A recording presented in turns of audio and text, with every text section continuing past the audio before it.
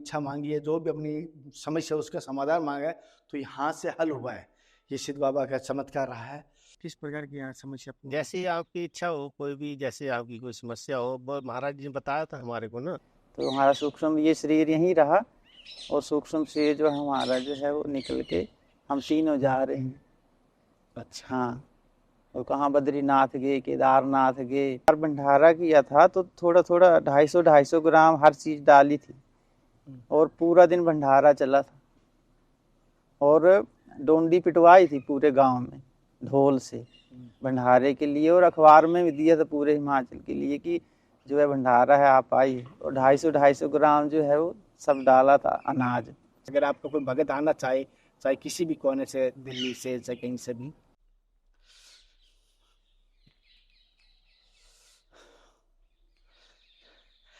नमस्कार साथियों, आपका दोस्त, आपका भाई, आपका साथी, संतों के चरणों का दास, मैं कन्हैया शर्मा। धर्म की यात्रा में लगातार आप संतों के दर्शन कर रहे हैं। अभी हिमाचल की यात्रा है, धर्म की यात्रा, हिमाचल की यात्रा बनी हुई है। हिमाचल की यात्रा में मैं आपको कोशिश कर रहा हूँ, संतों के दर्शन करवा रहा हूँ। आज मैं एक ऐसे स्थान पे आया हूँ जहाँ पर इच्छा पूर्ण, यानी किसी भी प्रकार का कष्ट है वो हल हो जाता है। पहले भी होता था, आज भी होता है, और ये कह सकता हूँ जो संत भगवान बोलते हैं उस प्रकार सिद्ध होता है, सच होता है। ये भी बात यहाँ पर है। किस प्रकार का चमत्कार वो भी आपको बताऊंगा। और यहाँ पर इस नदी के तट पर, जैसे आप देख पा रहे हो ये नदी है और यहाँ पर बहुत सारी मछलियाँ हैं। ये जैसे आप देख पा रहे हो यहाँ दिखाई देती है मछलियाँ। और यहाँ पर ये आश्रम है, मैं आश्रम को दिखाऊंगा। ये आश्रम है और यहाँ पर ये देखो, इधर देखना मछलियाँ और ये मछलियाँ हैं। और ये आश्रम में ही आता है, पूरा ये आश्रम के अंदर ही आता है। ये पूरा का पूरा आश्रम है। और ये देखिए साथियों, ये जो ये सब सामने दिखाई दे रहे, जो ये आपको सामने, ये सारा का सारा आश्रम के दरमियान है, आश्रम का है ये सारा का सारा।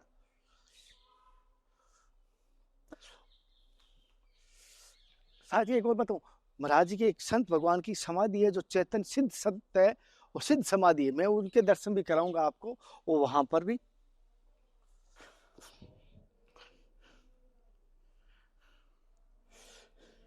ये साथियों सिद्ध बाबा है जो आप देख पा रहे हो। इन सिद्ध बाबा के यहाँ के चमत्कार है और यहाँ पर जो भी इच्छा मनोकामना मांगी जाती है वो पूर्ण होती है। ये सिद्ध बाबा के आप दर्शन कर पा रहे हैं।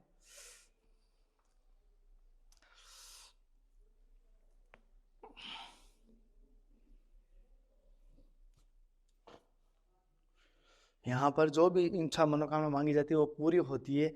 इन्हें कहते हैं सिद्ध बाबा। जी हाँ, सच्चे मन से अगर कोई भी यहाँ आया है और जो भी अपने सामर्थ्य अनुसार इच्छा मांगी है, जो भी अपनी समस्या उसका समाधान मांगा है, तो यहाँ से हल हुआ है। ये सिद्ध बाबा का चमत्कार रहा है। और बाबा कृपा करना, सब भक्तों की कृपा करना, सबकी मनोकामना पूर्ण करना, सबको भगवत प्राप्ति हो, सबको नाम मिले, मैं तो यही कहूँगा आपसे।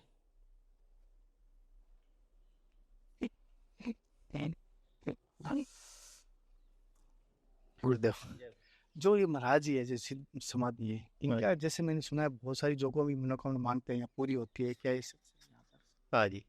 किस प्रकार की यहाँ समस्या? जैसी आपकी इच्छा हो, कोई भी जैसे आपकी कोई समस्या हो, वो महाराज जी ने बताया था हमारे को ना। बोलते कि हम प्रकट रूप में तो नहीं होंगे, जैसे आमने सामने बात करते हैं ना, बाद में जैसे कोई किसी की इच्छा है तो अपनी डिमांड रख सकता, सिर्फ हम बोल नहीं सकते, बाकी उसको पूरा करेंगे मालिक की कृपा से। और यहाँ पर समस्या पूर्ण होती भी है। हाँ जी, अभी भी कोई आता है? हाँ, जो आते हैं उनकी इच्छा होती पूरी होती है। अच्छा, आपका अनुभव के अनुसार किस प्रकार के महात्मा हैं, कैसा अनुभव रहा आपको इनके पास से? अब अनुभव तो हमारा वो तो गुप्त अनुभव होते हैं ना, सारे वो बताने वाले नहीं होते ना। जी, धन्यवाद। जैसे कि यहाँ पर जो मनोकामना मांगता है वो पूर्ण होती है सच्चे अर्थ। जैसे शरीर के रूप में नहीं, सूक्ष्म रूप में सिद्ध सिद्ध बाबा बोलूँ तो भी गलत नहीं, सिद्ध बाबा ही बोलूँ तो सिद्ध थे ना सिद्ध। हाँ, इनकी यहाँ और जगह भी समाधि लगी हुई महाराज जी की, हिमाचल प्रदेश में। अच्छा, एक साथ कई जगह समाधि लगी? ना पिछले जन्मों की समाधि है महाराज जी। अच्छा, हाँ जी, चामुंडा के पास भी है ना, सिद्ध बाबा घासी राम के नाम से मशहूर हुए ना, वो महाराज जी की पिछले जन्म की समाधि है।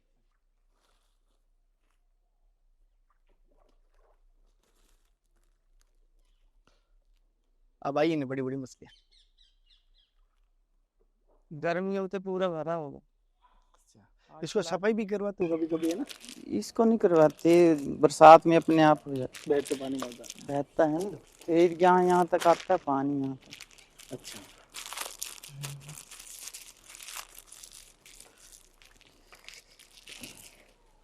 बैठिए प्रेम। अच्छा आता है ना इसमें, इसका जो है ये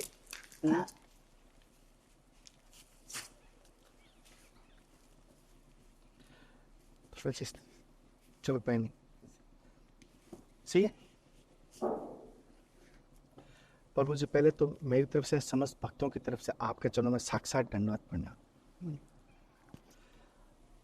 प्रभु जी जैसे कि हमारे कहते हैं हर जैसे बचपन से जब जन्म लेते हैं तो कहते हैं पहले प्रथम गुरु माँ है, बाद में स्कूल में जैसे जाते हैं कहते हैं जो टीचर होते हैं उनको भी गुरु कहते हैं। लेकिन जब आध्यात्मिक मार्ग की बात आती है, जब उस समय गुरु चुनने की बात आती थी, उस समय बहुत सारे ज्ञानी है, पता नहीं अबोध है, वो कहते हैं कोई कोई तो कहते हैं परमात्मा को गुरु मान लीजिए, और कभी कभी वो जल्दबाजी में जो मिलता है कथावाचक या गाँव में पंडित पुरोहित या कोई भी जैसा मिल जाए बेजदारी भी, तो भी उनको गुरु बना लेते हैं।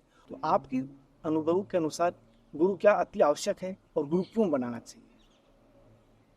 गुरु जो है, एक बार शंकर भगवान जी ने पार्वती से कहा कि गुरु बिनु भव निधि तरे न कोई, गुरु बिनु भव निधि तरे न कोई, जो विरंची शंकर सम होई। कहते हैं कि भले ही अब मेरा नाम रटते रटते जो है, जो प्राणी है, मेरा नाम रटते रटते मेरे समान क्यों न बन जाए, लेकिन जिसका कोई गुरु नहीं है वो भव से पार नहीं हो सकता। तो गुरु जो है, जो हम लोग जो अंधेरे में हैं, जो हमें ज्ञान नहीं है, तो गुरु जो हमें सन्मार्ग की तरफ लगाते हैं और अंधेरे से प्रकाश की ओर ले जाते हैं। हम जो है वो, हम लाखों गलतियां हमारे अंदर होती हैं, तो गुरु लोग जो है वो सही मार्ग क्या है वो बताते हैं, किस रास्ते पे आपने चलना है और कैसा रास्ता चुनना है, ईश्वर को कैसे प्राप्त करना है, वो गुरु लोग बताते हैं जी। और प्रभु जी जैसे गुरु की किसे गुरु बनाना चाहिए, ये गुरु की तलाश कैसे कर सकता है बंदा? गुरु की तलाश जो है, आप सत्संग में जाइए, जहाँ आप देखते हैं कि कोई संत हैं, कोई गुणीजन हैं, कोई भी है, तो वहाँ आप जाइए, सत्संग कीजिए। पहले एक बार नहीं, 2 बार नहीं, 10 बार कीजिए, फिर आप स्वतः ही आपका मन कहेगा कि हाँ ये गुरु के योग्य है। ऐसे नहीं कि किसी ने कह दिया कि जी उसको गुरु बना लो, किसी ने कह दिया कि उसको अच्छा है उसको गुरु बना लो, ऐसा किसी के कहने पे नहीं बनाना चाहिए।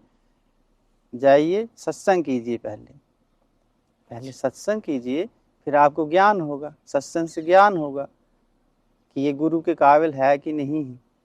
जब आपको ज्ञान होगा कि नहीं इनमें वो जो है वो ये गुरु के काबिल हैं, इसलिए उनको गुरु बनाएं। जैसे महाराज आपने शिष्य के बारे में तो ये बता दिया, लेकिन जो शिष्य बना रहा है यानी जो गुरु बन रहा है उसको किन बातों का विशेष ध्यान रखना चाहिए? वो कब शिष्य की कैसे परीक्षा करे कि उसका उद्धार कर पाएगा या नहीं कर पाएगा? क्योंकि आज ये भी होना चाहिए कि गुरु का भी कर्तव्य बन जाता है शिष्य का उद्धार करने का। तो गुरु को जो दीक्षा दे रहा है उसको किन बातों का विशेष ध्यान रखना चाहिए? कुछ संत भी देख रहे हैं इस बात को। तो जो शिष्य लोग हैं ना जी, पहले शिष्य जो है, पहले उनको शिष्य नहीं बनाया जाता, पहले उनको सेवा में रखा जाता है। अच्छा, कुछ समय उनको सेवा में रखिए, 1 साल रखिए, 2 साल रखिए, देखिए उनको जो है वो देखिए भी ये क्या कर सकते हैं, क्या भगवान के प्रति इनकी लगन है, क्या ये सेवा में इनकी लगन है, क्या ईश्वर को प्राप्त कर सकते हैं। तो पहले उनको सेवा में रखिए, पहले उनको सेवा बताइए, ये करना है वो करना है, भगवान के प्रति उनके मन में कैसा विचार है, क्या वो ईश्वर के प्रति जो है वो भक्ति दिखाते हैं नहीं दिखाते हैं, क्या वो सन्मार्ग पे चलते हैं। तो तभी जब गुरु लोग ये देख लेते नहीं कि कुछ प्राप्त कर सकता है, हैं, तो तभी उसको अपना शिष्य बनाना चाहिए। इसीलिए पहले जो थे वो गुरु लोग पहले किसी भी को जैसे संन्यास देते थे तो पहले उसको ब्रह्मचारी बनाते थे। तो ब्रह्मचारी बनाते थे तो उसको देखते थे कि इस योग्य है कि इसको संन्यास दिया जाए, तो फिर वो जब योग्य निकलता था उसको फिर संन्यास देते थे, ऐसे संन्यास नहीं देते थे। अच्छा प्रभु जी, जैसे कहना नहीं चाहिए, मैं हालांकि आपके गुरु जी के बारे में सुना था और आपसे भी सुना था, जैसे कि कहना नहीं चाहिए, अगर आपको अगर कोई कहे या मैं निमित्त मात्र हूँ लेकिन अगर आपके गुरुजी का वर्णन करना चाहो तो किन शब्दों में आप कहेंगे गुरुजी का? जैसे थोड़ा सा गुरुजी के बारे में बताइए, क्योंकि हालांकि पूरी धरती कागज बना दो फिर भी हाँ। गुरुजी गुण नहीं लिखे जाएंगे, हाँ ये जी, तो शब्द सत्य है। हाँ जी, हाँ जी। लेकिन थोड़ा सा क्या है, मैं जानना भी चाहूंगा और भक्तों को भी बताना चाहूंगा। अब वही बात आ गई कि गुरुजी की क्या महिमा, क्या बताएं हम, जैसे कह ऐसी नहीं कोई सकते। ऐसी कोई घटना बताओ जैसे आपको उस समय लगा कि ये गुरु नहीं, ये मेरे साक्षात ईश्वर है। हाँ, ईश्वर है। ऐसी घटना कब घटी आपके साथ? अब ऐसा है कि एक घटना नहीं, हमारे साथ ऐसी कई घटनाएं घटी हैं।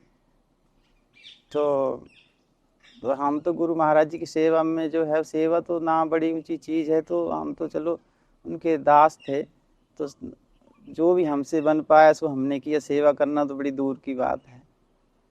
तो हम महाराज जी के सानिध्य में 30-32 वर्ष रहे। तो इतने में हमने इतने वर्ष में बहुत कुछ जो है वो महाराज जी को के बीच, उनका तो हम वर्णन नहीं कर सकते, उनको जान नहीं सकते, उनके रहस्यों को। लेकिन एक बार की बात है कि हमारे एक गुरु भाई हैं, हम 2 गुरु भाई थे, महाराज जी बैठे थे, हम श्री कृष्णा देख रहे थे। श्री कृष्णा तब चला था, काफी 97 की बात है शायद।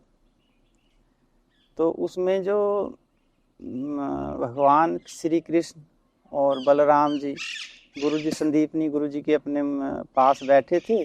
तो उन्होंने जो है वो उनको सूक्ष्म शरीर के द्वारा कैसे जाया जाता है शरीर से, कि सूक्ष्म शरीर के द्वारा कैसे यात्रा की जाती है, तो उन्होंने वो बता रहे थे। तो हमने देखा, तो हमारे गुरु भाई ने महाराज से इच्छा की कि ये कैसे महाराज, ये ऐसे कैसे होता है, ऐसा कभी होता है जो ये ऐसे जा रहे सूक्ष्म शरीर से ऐसे निकल रहा है, फिर ये चले जा रहे हैं, शरीर इनका यहीं पड़ा है। तो महाराज जी ने कहा हाँ ऐसा होता है, अगर आप देखना ऐसा जानना चाहते हैं तो कोई बात नहीं, समय आएगा तो बताएंगे। तो एक बार क्या हुआ कि हम बैठे थे, साधना करते थे हम दोनों, तो बैठे थे, तो वैसे ही जो जैसा हमने देखा था वैसे ही हमारे साथ हुआ कि हमारा जो सूक्ष्म शरीर है वो, और महाराज जी कुटिया में, ऊपर कुटिया है हमारी, वहाँ बैठे थे। तो हमारा सूक्ष्म ये शरीर यहीं रहा, और सूक्ष्म शरीर जो हमारा जो है वो निकल के हम तीनों जा रहे हैं। अच्छा। हाँ, और कहाँ बद्रीनाथ गए, केदारनाथ गए, कैलाश में गए, फिर वहाँ ले गए महाराज जी हमें वो मानसरोवर नहीं, नर्मदा खंड ले गए। फिर वो कौन है जबलपुर में, जो मैं भूल गया हूँ कौन सी जगह है वो भेड़ा घाट जो ऊपर, जो क्या कौन सी, जहाँ से नर्मदा का उद्गम है, अमरकंटक। हाँ अमरकंटक, वहाँ ले गए, वहाँ गए, ऐसी कई जगह गए हम लोग। तो फिर वहाँ दर्शन किए, फिर वापस आ गए इसी शरीर में। तो ऐसे कई ऐसी, ये बहुत बड़ी चीज़ है। तो हम में ऐसा समर्थ नहीं था कि हम कई जन्म तप करें फिर भी ऐसा कर सकते थे, लेकिन गुरु महाराज जी की कृपा हुई और उन्होंने ये दिखाया कि नहीं ऐसा ही होता है, और आप भजन करो, साधना करो, तप करो, आप भी ऐसा कर सकते हैं। जैसे गुरुजी अधिकतर किसकी साधना बताते थे, या किन की साधना अधिक बताते थे, या कौन सी साधना अधिक करते थे गुरुजी? ये तो हम कह नहीं सकते क्या करते थे, लेकिन वो 10 महाविद्या के भी उपासक थे। 10 महाविद्या जो शक्तियाँ हैं, 10 महाविद्या उनके पास थी सारी, और कुछ भी करने में समर्थवान थे, कुछ भी कर सकते थे। अगर वो पत्थर को कह देते तू सोना हो जाओ, सोना हो जाता। हाँ, तो जो कह दिया सो हो गया। तो ऐसी बहुत सी ऐसी हमने देखी कि गुरु महाराज जी ने एक बार भंडारा किया था, तो थोड़ा थोड़ा 250 ग्राम हर चीज़ डाली थी, और पूरा दिन भंडारा चला था, और डोंडी पिटवाई थी पूरे गांव में ढोल से भंडारे के लिए, और अखबार में भी दिया था पूरे हिमाचल के लिए कि जो है भंडारा है आप आइए। और 250 ग्राम जो है वो सब डाला था अनाज, 250 ग्राम चावल, 250 ग्राम दालें, पूरा दिन भंडारा चला था, फिर भी बहुत बच गया था। अच्छा। तो ऐसे एक बात नहीं, आपको मैं सुनाता रहूं, रात दिन बीत, कई महीनों बीत जाएंगे, जो हमने जो देखा अपनी आंखों से वो बात है। जैसे महाराज जी आपने ये आध्यात्मिक बात कही, लेकिन गुरुजी ने क्या कभी जैसे हमारे उनके पास कोई भगत भी आते थे, कोई गाँव से आते अपने कष्ट लेके आते थे, तो ऐसे कभी हुआ कोई ऐसा नहीं कष्ट जो मनुष्य की बस की नहीं हो, गुरुजी ने उनका हल किया, ऐसा कभी? हाँ, बहुत ऐसे आते थे। कौन सा ऐसी कोई आपके सामने हुई, कोई भगत आया हो, गुरुजी बैठे हो और आप देख रहे हो ऐसा? मैंने देखा एक बार कि एक कर्नल थे, उनकी लड़की थी, उसकी गर्दन ऐसे टेढ़ी हो गई थी, ऐसे पीछे को, वो ठीक नहीं होती थी। उन्होंने कई जगह जो है हॉस्पिटल में ले गए, बड़े बड़े, अब कर्नल था तो बड़े बड़े जगह उन्होंने इलाज करवाया, लेकिन वो ठीक नहीं हुई। किसी ने बताया कि वहाँ गुरुजी के पास जाओ। फिर वो आए और थोड़ी देर में जो है वो उसको विभूति का तिलक लगाया और वो ठीक होगी तुरंत, उसकी गर्दन सीधी होगी। हाँ, एक यहाँ की बात है, जब हम यहाँ थे तो एक लड़का यहीं से पास से, तो उसका मुंह वो बोलने से बंद हो गया था, बोलता ही नहीं था, किसी ने कुछ कर दिया था तो उसकी जुबान ही बंद हो गई थी। 3-4 दिन घूमते रहे, इधर उधर जाते रहे, तो नहीं बोला, बड़ा लड़का था। फिर वो गुरुजी के पास आया और फिर वो तुरंत बोलने लग पड़ा। अच्छा, मतलब गूंगे से जुबान दे दी वो हाँ, बात। ऐसी कई चीजें, कई बातें हैं ऐसी, क्या क्या बताएं, एक जैसे बात ये हो तो आपने बताएं। बताया गुरुजी थे, आज भी अगर इस प्रकार की समस्या कोई लेके आता है जी। तो उनकी हल होती? हाँ, गुरुजी से हम प्रार्थना करते हैं तो होती है, ऐसा नहीं। अच्छा, गुरु महाराज से हम प्रार्थना करते हैं, वो करते हैं, आज भी वो सिद्ध पुरुष हैं, सिद्ध समाधि है, तो गुरु महाराज जी से हम प्रार्थना करते हैं कि इसका जो कष्ट है आप इसका निवारण कीजिए, तो होता है ऐसा। प्रभु जी जैसे एक छोटा बच्चा होता है, उसको क्या इच्छा होती है कि मैं बड़ा होकर डॉक्टर बनूंगा, कोई लक्ष्य देता है, गार्जियन माता पिता भी कहता है बेटा हो गया पुलिस बनना लक्ष्य बने, लेकिन एक मनुष्य जीवन है, ये बहुत बड़ा है, ये तो बचपन की बात है, आज हम समझ चुके हैं। असलियत में मनुष्य जीवन का, ये मैं बच्चे की बात नहीं कहूँगा, बूढ़े की नहीं, कि जवानी की, पूरा मनुष्य जीवन का लक्ष्य क्या होना चाहिए असलियत में? हम जैसे मेरी बात करूँ, मेरा लक्ष्य क्या होना चाहिए? लक्ष्य जो है, लक्ष्य तो एक ही है, ईश्वर का नाम। भगवान ने हमें इसलिए भेजा है इस संसार में, इसलिए भेजा है कि आप जो है सब कर्म करते हुए ईश्वर का नाम लो। अच्छा, अच्छे का कार्य करते हुए, अच्छे कर्म करते हुए भगवान का नाम लीजिए। और जैसे नाम जप करने की कोई विधि होती है, कोई किसी प्रकार के कि नाम अधिक से अधिक मन लगे नाम करने में? हाँ, विधि, हाँ विधियाँ होती हैं कैसे जप करना है, इसकी विधि होती है और वो गुरु लोग बताते हैं। इसलिए तो गुरु बनाए जाते हैं कि वो हमें बताएं कि कैसे जप करना है, कैसे जो है वो भजन करना है, कैसे उठना, कैसे बैठना है, कैसे बात करनी है। तो जैसे हम जैसे गृहस्थ है, जैसे आपके यहाँ पे भी बहुत सारे गृहस्थ आते हैं, तो गृहस्थ अपना जीवन कल्याण में कैसे ला सकता है? गृहस्थ जीवन जीते हुए भी आध्यात्मिक भगवान की प्राप्ति कर सकते हैं, या जैसे ज्ञान की दृष्टि का अपने आप को जान सके, या योग की बात करें अपने में उससे तार मिला सके, तो गृहस्थ जीवन जीते हुए भी वो कैसे भगवान की प्राप्ति कर सकते हैं? गृहस्थ जीवन जीते हुए जो है व्यक्ति गृहस्थ जीवन का जो पालन करते हुए, अपने बड़ों का, बुजुर्गों का आदर करते हुए, उनकी सेवा करते हुए, उनके पास जो भी अतिथि आता है उसका आदर सत्कार करते हुए, और अपना चलते फिरते खाते पीते सोते जो भी है भगवान का सिमरन करते रहें, भगवान का नाम लेते रहें, और अपने जो बड़े हैं, बुजुर्ग हैं, माँ बाप हैं, सास ससुर हैं, उनकी सेवा करते हुए, तो सबसे गृहस्थ आश्रम जो सबसे बड़ा आश्रम है। जैसे गुरु जी जैसे कि संतों के पास कथाओं में जाते हैं, कह रहे हैं भक्ति करो भक्ति करो, ये तो कहते हैं, अब उनको ये नहीं किसी ने बताया भक्ति है क्या।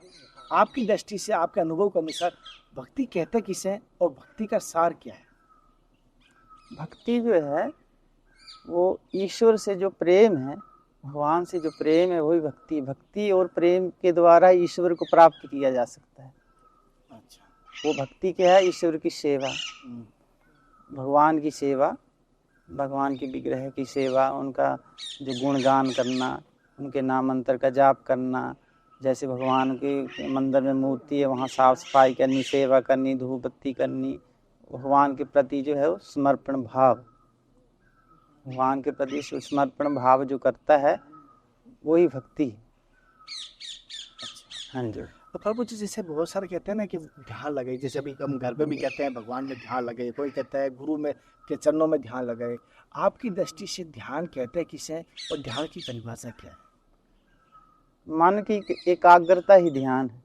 मन की एकाग्रता ध्यान है। हाँ, जब आपका मन एकाग्र हो गया और ध्यान की जो सीढ़ी है उसके पहले आपने सुना, आपने देखा, सुना भी होगा, पढ़ा भी होगा कि यम नियम, आसन, प्राणायाम, फिर ये इसकी जो है वो सीढ़ियाँ हैं। आजकल जो है कोई भी किसी के यहाँ जाता कहते हैं आप ये ध्यान करो, वो ध्यान करो, पहले उसको ध्यान पे पहुँचा देते हैं। तो ध्यान ऐसे नहीं लगता, पहले आपको सीढ़ी से चढ़ना पड़ेगा ऊपर, तब जाके वो 7वीं सीढ़ी है। ध्यान के बाद फिर समाधि। तो जब आप ये सारे नियम करेंगे तभी आपका मन जो है एकाग्र होगा।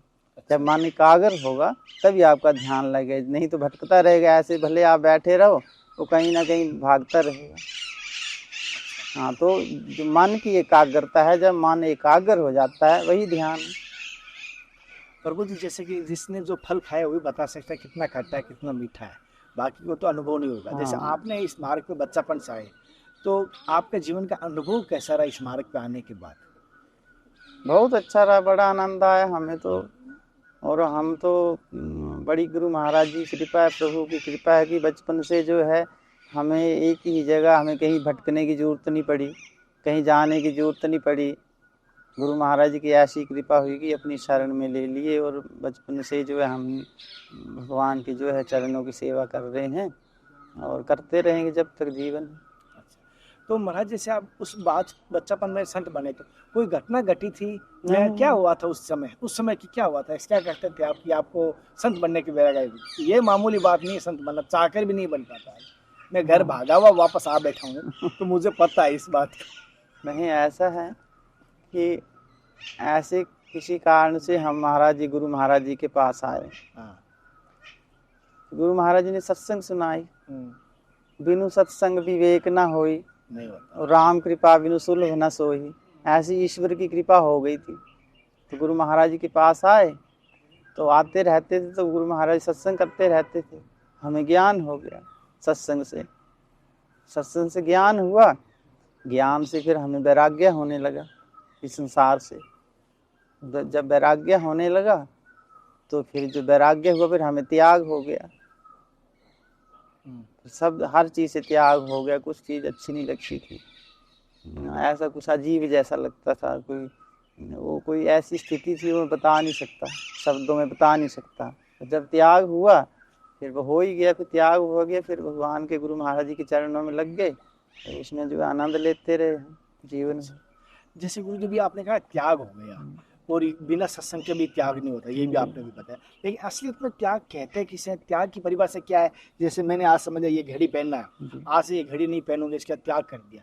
एक जैसे आज से मैं घर नहीं जाऊंगा, त्याग कर दिया। पैंट नहीं पहनूंगा, त्याग कर दिया। क्या त्याग इसे कहते हैं? त्याग है क्या परिभाषा? त्याग जो है वो त्याग होता मन से। मन से आप किसी चीज़ के ऊपर आसक्त ना हो। ऐसे भले आपने सब कुछ पहना है, हर चीज़ आपके पास है, लेकिन मन से आप जो है उसमें आसक्त नहीं है। आप उसमें आपके प्रति जो मोह नहीं है। आप अभी छोड़ना चाहें तो उसको छोड़ के जा सकते हैं, वो है त्याग।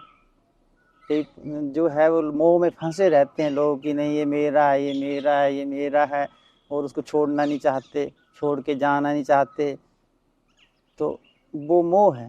त्याग ये है कि आपके पास लाखों करोड़ों जो मर्जी है, जितना मर्जी आपके पास धन है, लेकिन आपके उसमें उसके प्रति कोई शक्ति नहीं है। आप 1 मिनट में अगर चाहें तो छोड़ के जा सकते हैं उसको, आपके लिए वो मिट्टी है। जैसे हमारे गुरु महाराज जी बताते थे कि संतों के लिए जो सोना जो है मिट्टी के समान है, वो मिट्टी है आपके लिए।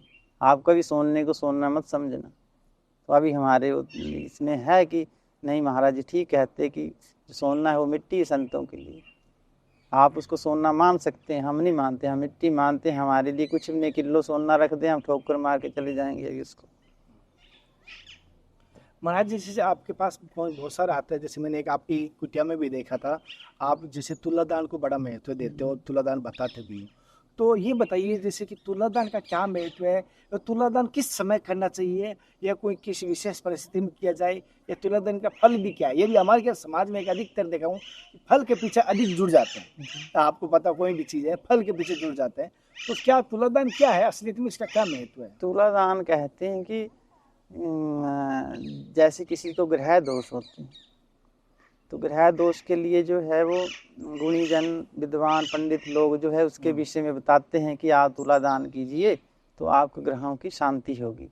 तो उससे हमने सुना है कि तुलादान से जो है वो, जैसे आप एक पाठ करते हैं ना, जैसे महामृत्युंजय का पाठ करते हैं किसी के कष्ट निवारण के लिए, तो उसका एक पाठ करने का, उसका तुलादान करने का फल मिलता है।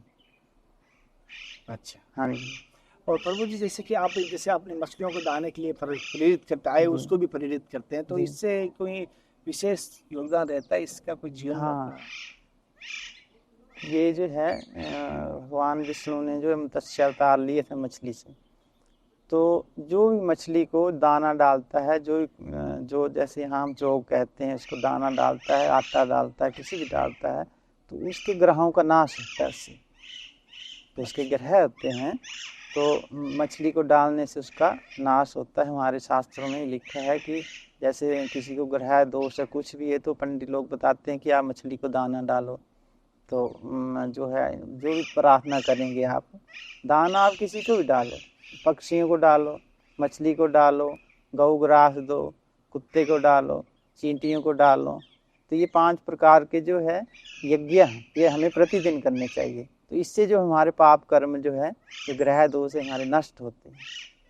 जो हमसे जो कई दिन में कई पाप होते हैं, कोई पैर से चलते कोई चींटी मर जाती है, कोई क्या मानसिक पाप होता है, कई प्रकार के पाप होते हैं।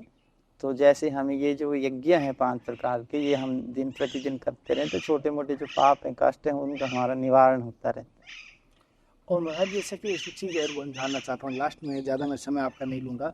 जैसे कोई भी हो, जैसे हम कहते हैं बच्चों की गलती नहीं, उसकी माता पिता की गलती। क्या बच्चों में ऐसा कैसा संस्कार डालें कि बच्चे माता पिता, जैसे कैसे बच्चों में संस्कार डालें कि माता पिता में आज्ञा का पालन करें और आध्यात्मिक मार्ग पर भी जा सके? ये एक बड़ा संघर्ष है आने वाली पीढ़ी के लिए। तो किस प्रकार बच्चों में संस्कार? ये बच्चों को बचपन से संस्कार डाले जाते हैं। ये माँ बाप के ऊपर निर्भर होता है कि बच्चे को आपको कैसे बनाना है। तो दूसरा, अपना बच्चा अपना संस्कार लेके भी आया होता है, अपना प्रारब्ध लेके आया होता है, पिछले जन्मों का अपना प्रारब्ध लेके आया, उसको कैसे बनना कैसे। अब आपने देखे कि बच्चों का दिमाग तेज होता है, कि इसका नहीं होता है कि जो है वो बिल्कुल ही ऐसा होता है, कितना भी उसको समझाओ मानेगा नहीं, कि समझेगा नहीं। लेकिन फिर भी हमें प्रयास करना चाहिए। और बच्चों को जो है संस्कार, माँ बाप, जब आपने कहा था कि पहला गुरु माँ होती है, तो माँ बाप जो है बचपन से बच्चों को जिस रास्ते पे चलाएंगे वैसा ही बच्चा सीखता है। जी, मुझसे कोई सत्संग में कोई गलती हुई तो मुझे थोड़ा सा माफ कर देना। बहुत ऐसी कोई बात नहीं। साथियों, जैसे महाराज जी सत्संग, महाराज जी के गुरु स्थान के बारे में आपको पहले महाराज जी से पूछ लेता हूँ। महाराज जी, क्या गुरु जी के आपके स्थान सार्वजनिक कर सकता हूँ? आपका तो ऐसा बड़ा स्थान है, तो सार्वजनिक कर सकते हैं, इसको बता सकते हैं? क्या बताने में, इसमें क्या है? एड्रेस क्या है यहाँ का? अगर आपको कोई भगत आना चाहे किसी भी कोने से, दिल्ली से, चाहे कहीं से भी। वैसे तो आपने वहाँ तक पढ़ा तो होगा। हाँ, क्या नाम बताया गाँव का? पालनपुर? नहीं, ये जो है अंद्रेटा है ना, तहसील पालनपुर है, डिस्ट्रिक्ट कांगड़ा और हिमाचल प्रदेश। और पालनपुर में, कांगड़ा हिमाचल प्रदेश में। गांव जो है स्वर्ग आश्रम, मछियाल घाट, अंद्रेटा, अगोजर। और गांव का नाम? अगोजर। जैसे महाराज जी पूरा एड्रेस बता दिया। और कोशिश करें आध्यात्मिक के लिए आना। और जैसे कि महाराज जी ने बताया, यहाँ पर हालांकि कष्ट लिए आप भी आ सकते हो, यहाँ पर कष्टों का हाल होगा। महाराज जी ने जैसे बताया, अगर कोई कष्ट है तो वो भी आ सकता है, आध्यात्मिक भगवत प्राप्ति के लिए भी आ सकता है। आज की सत्संग आपको कैसी लगी मुझे जरूर बताना। ऐसे आपको लगातार संतों के दर्शन करवाता रहूँगा। निमित्त मात्र मैं हूँ, करवाने वाले गुरु और हरि है। अगले दर्शन के श्री मिलकर, तब तक जय हिंद, वंदे मातरम, हर हर महादेव, हर हर कृष्णा, हे नाथ हे मेरे नाथ, मैं आपको बोलूँगी जय गुरुदेव, जय श्री।